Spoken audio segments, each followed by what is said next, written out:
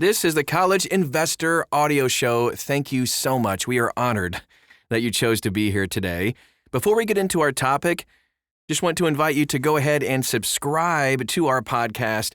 And if you like what you hear, you want to share this with somebody else, feel free to do that. We would love that. You can also follow us. We are all over social media. Just search for the College Investor and you'll find us. We'd love to get to know you and help you along in your money journey. Today, we take a look at test-optional colleges. What are they, and is this something that you might want to dig in a little bit further on? First, what are test-optional colleges? All right, so thanks to changes in admissions standards, more and more colleges are just eliminating the need for students to submit standardized test scores to gain admission. Hallelujah! According to the nonprofit newsroom, the 19th, 2/3 of colleges just stopped requiring standardized tests for admission, including top schools like Harvard and Stanford. Interesting. COVID-19 was really a significant catalyst for this shift, too. Many schools decided to waive test requirements because of the disruption the pandemic caused for high school students, and then what started as a kind of a temporary solution might now be a permanent change to how college admissions are handled moving forward. What are test-optional colleges exactly?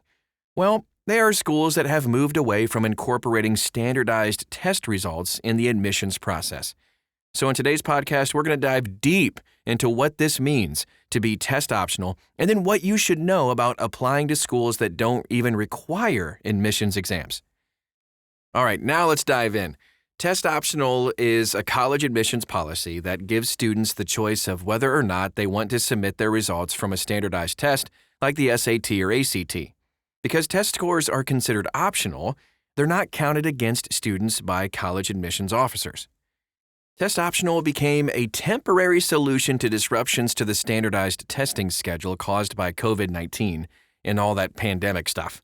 Several schools, including high-profile colleges like Harvard, have decided to continue with a test-optional admissions standard. Although, some schools give you the choice to avoid taking standardized tests, that doesn't mean the tests aren't important still. Instead, they've just become more of a supplemental component to a student's application rather than a deciding factor.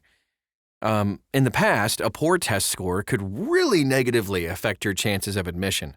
With test-optional policies, though, that's no longer the case. While a good test score may bolster your overall admissions package, a negative score won't necessarily hurt you either. That being said, test-optional isn't a standardized policy across all universities. Each school may have its own approach to how test scores are handled.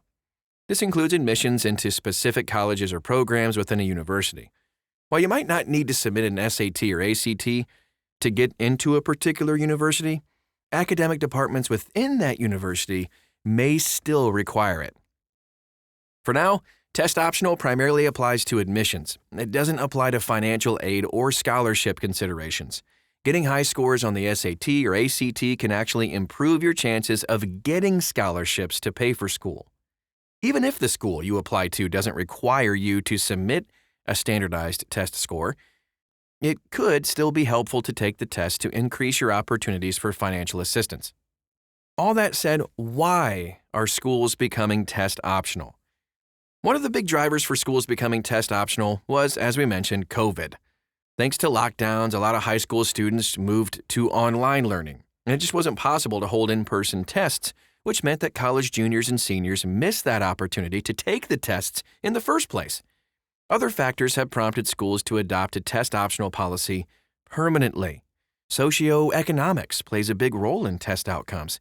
Students from wealthier families tend to score better, thus getting access to better schools. So eliminating testing requirements levels the playing field a bit, giving underrepresented students a better chance of getting into competitive schools. Another reason is to encourage more students to apply. With college applications declining, some schools are getting creative to attract students. If a student thinks they won't get in because of a poor test score, they're less inclined to apply. Removing the testing requirement gives some students the boost they need to follow through with applications to schools they might think they're not able to get into. By becoming test-optional, schools increase the diversity of their freshman classes, improving the quality of education for everybody on campus. While it's still too soon to say how beneficial this policy will be in the long run, It's already showing positive results, which is really cool, especially for students who have historically been excluded from the college admissions process. Oh, I'm just thinking I could have avoided taking a whole bunch of remedial math classes if I didn't have to submit my ACT. My math score was atrocious. Anywho, back to the topic, right? Types of test optional policies. There is no standardized policy for how test optional admissions are applied. Schools have had to come up just kind of with their own process for how to handle standardized test scores. These are some of the most common test optional practices, though, that have emerged as a result of this. Test optional for everybody.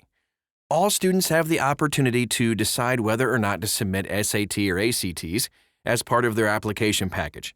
This allows students who feel like their scores might hurt their admissions chances to opt out of submitting them altogether. Conversely, students who feel as if their scores may help them can submit their scores if they want to. Test optional for some applicants. Instead of allowing all students to pick and choose whether or not to submit their scores, this policy requires students who don't meet certain eligibility requirements, like having a high enough GPA, to submit test scores as part of their overall package. Eligibility requirements can also apply for non-academic reasons. Students who apply from out of state or who were homeschooled might be asked to go ahead and submit test scores as well. Test flexible. Rather than making tests optional, some schools offer flexibility in which test scores are submitted. Instead of providing an SAT or ACT score, for example, test-flexible schools allow students to submit other tests like AP exams as part of their admissions package. Test optional, with some exceptions. We touched on this a bit, but while a school may offer test-optional admissions, that isn't necessarily the policy across all colleges or academic departments on campus. Test scores might still be required to be enrolled in competitive programs, gain access to academic counseling, or to be awarded merit scholarships. So what are the advantages and disadvantages of test-optional schools? There are some substantial benefits to making standardized tests optional. These benefits are leading a growing number of schools to do away with standardized test requirements altogether. The biggest advantage is that it reduces the barrier to entry for students who've been historically underrepresented in college admissions. This includes women, students from lower socioeconomic backgrounds, students with disabilities, and students of color.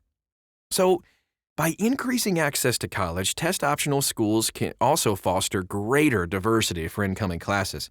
This enriches the quality of the college experience, not just for students who benefit from test-optional admissions, but for everybody on campus.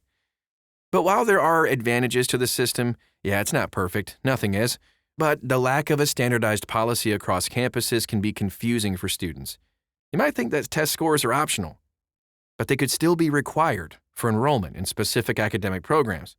So if you skip the SAT or ACT in high school, you could put yourself in a difficult position if you discover that you actually do need to have a test score. So the elimination of testing requirements is also placing a strain on admissions offices. An influx of applications means more time and energy has to be allocated toward evaluating each student more holistically. This might sound great in theory. Some schools might find it a little bit hard to implement this. This can adversely affect students who might have otherwise received admissions under a more standardized process. Should you still take college admissions tests anyway?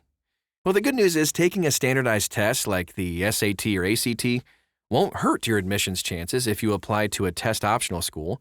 Instead, it could give you more options. You can submit your scores if they add value to your application, or you can choose not to. The decision is ultimately yours to make. That being said, though, while avoiding the SAT might seem appealing, it could end up hurting you. Strong test takers who might be on the cusp of admissions could find that submitting their scores ends up being the difference between getting an admissions offer or not. Test scores can also be used to earn scholarships, helping you finance your college education. So before skipping the SAT, evaluate the policies of each school you plan to apply to and determine what their testing requirements actually are. If you're certain you won't benefit from taking a standardized test, then that is a decision you can make for yourself. But if you think it might help you boost your chances of admission or help you win a scholarship, what do you have to lose? And that is our show for today. If you found it helpful, please feel free to share this with anybody you might know who could also benefit from knowing about test-optional colleges. And if you want to find out more about the admissions process, about college in general, and about how to save money on, going to college and not having as much debt, we got tons of resources for you inside this article and more at thecollegeinvestor.com. Thanks again for stopping by today, and we'll talk to you again real soon.